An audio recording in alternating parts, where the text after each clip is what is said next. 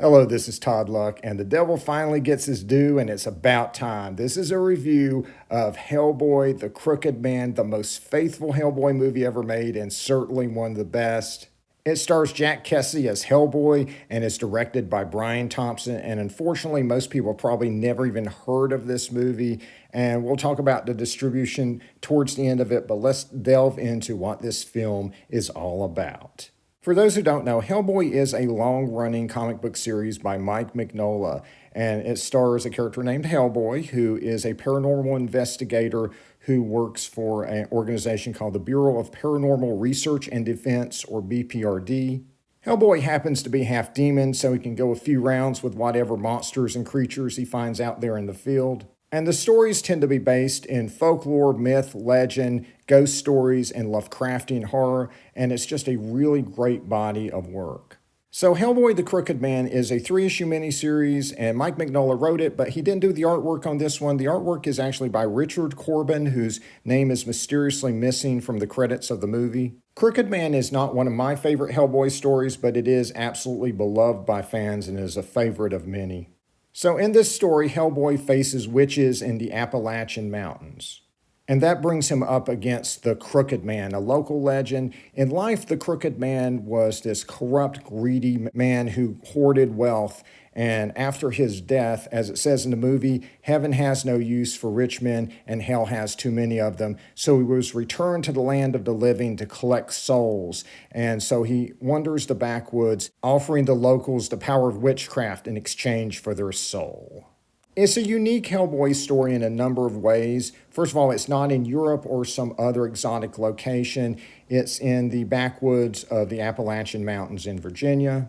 Other than Crooked Man, there's no cool-looking monsters for Hellboy to fight. They're just a bunch of human witches. Hellboy is not the focus of the story in the comic. It's actually a man named Tom Farrell who has come back to his home in the Appalachian Mountains after being away for many years, and Hellboy has to accompany him on his journey to confront the witches and the Crooked Man. And while there are a couple scenes where Hellboy does get to fight stuff, it really isn't about Hellboy being able to physically fight whatever it is. It's more about mood and atmosphere. It's about scary things in the backwoods and witches' curses, things that Hellboy cannot fight. And I think it's those unique elements that make this story not necessarily my favorite, but I think make it endearing to a lot of fans, because this is the closest that I can think of to a pure horror story that's been done with Hellboy. And so I think it's very appropriate that instead of just doing a typical comic book movie of this where they just shove it into a Hollywood formula with some vague references to the source material, that they took a page from Watchmen and Sin City and the original 300 movie and did a direct scene-by-scene adaptation of the source material. Now, there are some definite differences between the movie and the comic. One is that the movie is rated R, and I did lament when they did this with the last Hellboy movie because I felt it was distracting and unnecessary, but here I think it makes sense. First of all, Crooked Man is essentially a horror story, and so when you bring that to the screen, it's a horror movie, and those tend to be rated R. And while Hellboy comics are made for a general audience, this story contains some things that would be difficult to do on screen in a PG-13 kind of way. For instance, in the comic, there's a scene where Hellboy and Tom Farrell find a witch's skin laying on her bed.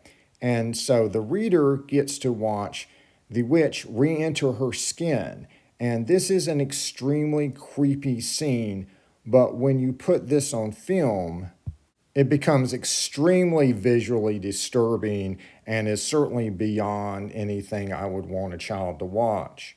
And so they just show the witch's bare breasts in that scene, throw in a few strong curse words where it makes sense in the dialogue, and throw in a little bit of gore where it makes sense in the story, and they make it a rated R movie, but in a way that is tasteful and in a way that makes sense with the source material. And so one difference between Crooked Man and those other movies I was talking about that did a direct adaptations of their source material is the length. Crooked Man is a 3-issue miniseries that would take you about 45 minutes to read through, and that is not long enough to sustain a movie, and so there were scenes that were changed and added. So half the script is taken directly from the comic, but the other half is really good. The stuff that's added is great because not only is the script written by the director, but also by Mike Mignola himself, along with Christopher Golden, who regularly co-writes with Mignola on Hellboy projects.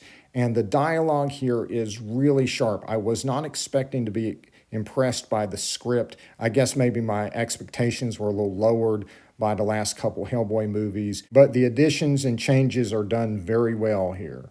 One change is that in the comic, Hellboy is on a leave of absence from BPRD and is just wandering around when he just happens to stumble upon the witches in the Appalachian Mountains. In the movie, Hellboy is on a train on a routine BPRD mission that goes wrong that leads into this really cool epic monster battle that shows you what it's like for Hellboy on a normal day at the office. It also introduces a new character, Joe Song, who is a BPRD agent who is stranded with Hellboy in the Appalachian woods. She's just a regular human, and I think that was a good call on the part of the writers because if they added a superpowered BPRD agent in there, it would have altered the story from the comics. She's an occult researcher, so at first she just seems like she's along for the ride, but obviously if you're dealing with the occult, having someone who is an occult expert comes in handy, and they do have her do something particularly significant at the end. The second major sequence that's added is something that replaces the main scene for issue 2 of the comic, and it's a very similar scene. It's still very creepy, but it's done here in a way that's a little bit easier to shoot, probably a little bit easier to produce. And in order to make Hellboy a more prominent character in the movie than he was in the comic, they do also add in a bit about his mother being a witch. And that means there is dialogue in there directly taken from the Hellboy short story, The Chained Coffin, which was the first time we found out that Hellboy's mother was a witch. It's a nice addition and heightens the drama of Hellboy dealing with the witches in this particular case. And there's a final sequence added at the end to address the fact that in the comic, Hellboy never actually got to fight the Crooked Man directly, and he was easily defeated once they found the right magic, and I felt it was just a little bit anticlimactic at the end. And so there is an entire sequence added at the end inside of the Crooked Man's house, and Hellboy does get to fight the Crooked Man, and I think it is a much more satisfying ending, and I'm glad they put it in there. And I think they did a great job bringing this to the big screen. There were sequences I didn't quite understand in the comic that I got in the movie, and overall I enjoyed the movie a little bit more than the comic, but both are well worth checking out. I think these changes that were made for the movie not only help flesh out the story, but they also help focus it more on Hellboy and give us an interesting insight into what Hellboy was like early on in his career in the late 1950s. Jack Kesey made a great Hellboy, and he looks great in the outfit. The one thing I can never complain about with a live-action Hellboy movie is Hellboy always looks great. Now, he doesn't have the yellow eyes. I didn't even notice it while watching it. I mean, half the time in the comic, you can't even see his eyes. But I could care less one way or the other about that. Some people it'll like ruin the movie for, I guess, but I think he looks fine. He plays a great Hellboy. He's a little bit more angsty than we see him in the comics, but it makes sense in this story because he is relatively young. He may look like an adult, but he's only about 14 years old, so it makes sense for him to be a little bit more angsty, but it's done in a way that makes sense for the character and is well written, and so I don't mind it at all here. The rest of the cast is fantastic. This is a movie that really revolves around how good the acting is, and it was just great seeing Tom and all the other characters from Crooked Man brought to life by these performances. Some of the southern accents are a little bit strong, and so I did have to put on some captions for Cora Fisher's dialogue, but that's pretty common with a modern movie. And the directing by Brian Taylor is absolutely superb. He's able to make everything in this movie look interesting, look creepy, and I especially love how he does his dark scenes where the shadows are black, but what we need to see is lit up, and there's always crystal clear storytelling, which is so lacking in so many modern movies and shows where they just shoot dark scenes in the light and then darken them in post, and it becomes this muddy mess. None of that, just superb directing here. And he's also able to deliver on the scenes that do require those fantastic elements, that require effects and makeup, but they don't overwhelm the picture. And I can't tell you how refreshing it is in this era of superhero movies that are very formulaic and oftentimes have very little to do with the source material and are just wall-to-wall special effects, that it is so refreshing to see a movie that is based on the quality of its writing, acting, and directing. Not every movie adapting a comic book has to involve a city being destroyed or the hero saving the world. Sometimes you can just put out a good story and have it be satisfying. Now let's talk about the distribution. It is available on Blu-ray in America with this ugly cover, and the names are too small to read on the back for the director and the actors. And the only special feature is the trailer. However, there are other releases in other countries that have much better covers, and there's even a deluxe edition that was released in another country if you're interested in that. It is available to rent or buy digitally, but it was never released on the big screen in America, and that just feels like a slap in the face to Hellboy fans, comic fans, intelligent human beings who want to watch a good movie. And I know there was a lot of negativity in the comment sections for the trailers for this movie. And of course, a lot of it is people who've never seen the movie. But a lot of it was the same comments that we got last time with the last Hellboy movie, where people are demanding a Hellboy 3 by Del Toro and Ron Perlman. So let me address that again. Hellboy 1 was a fantastic movie, certainly a lot different than the comics, but what was there worked, and in my opinion, it's certainly one of the best pre-MCU superhero movies. Ron Perlman was a fantastic Hellboy. Del Toro was a great director for that project.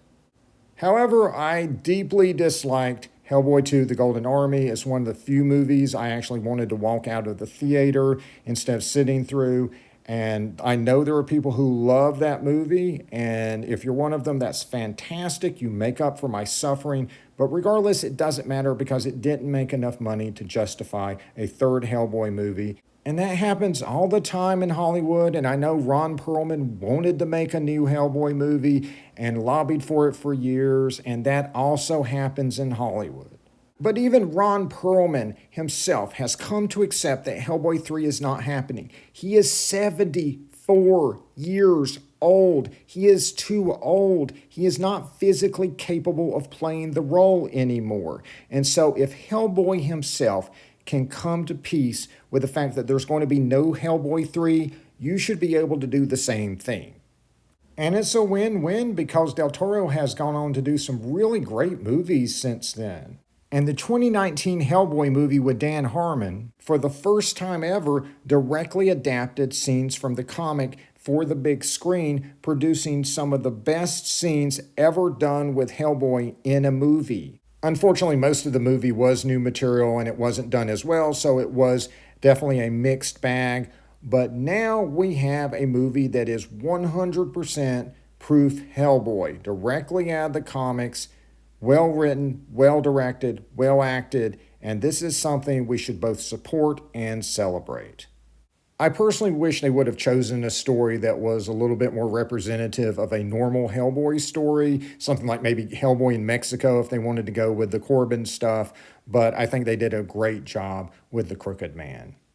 If you're interested in other Hellboy stuff, I have done other videos. It was been a few years on like the comics and stuff, and my recommendation still stands to go pick up the collections. That's probably the easiest way to follow along Hellboy's story. As far as the future of Hellboy on the screen goes, I would still like to see Hellboy return to animation. I think that would be probably the best way and most authentic way to bring Mike Mignola's comic masterpiece to life. All right, that's it. Like and subscribe for more videos. And until next time, don't go selling your soul to the Crooked Man, because you're not going to want to be around when he comes to collect. See ya.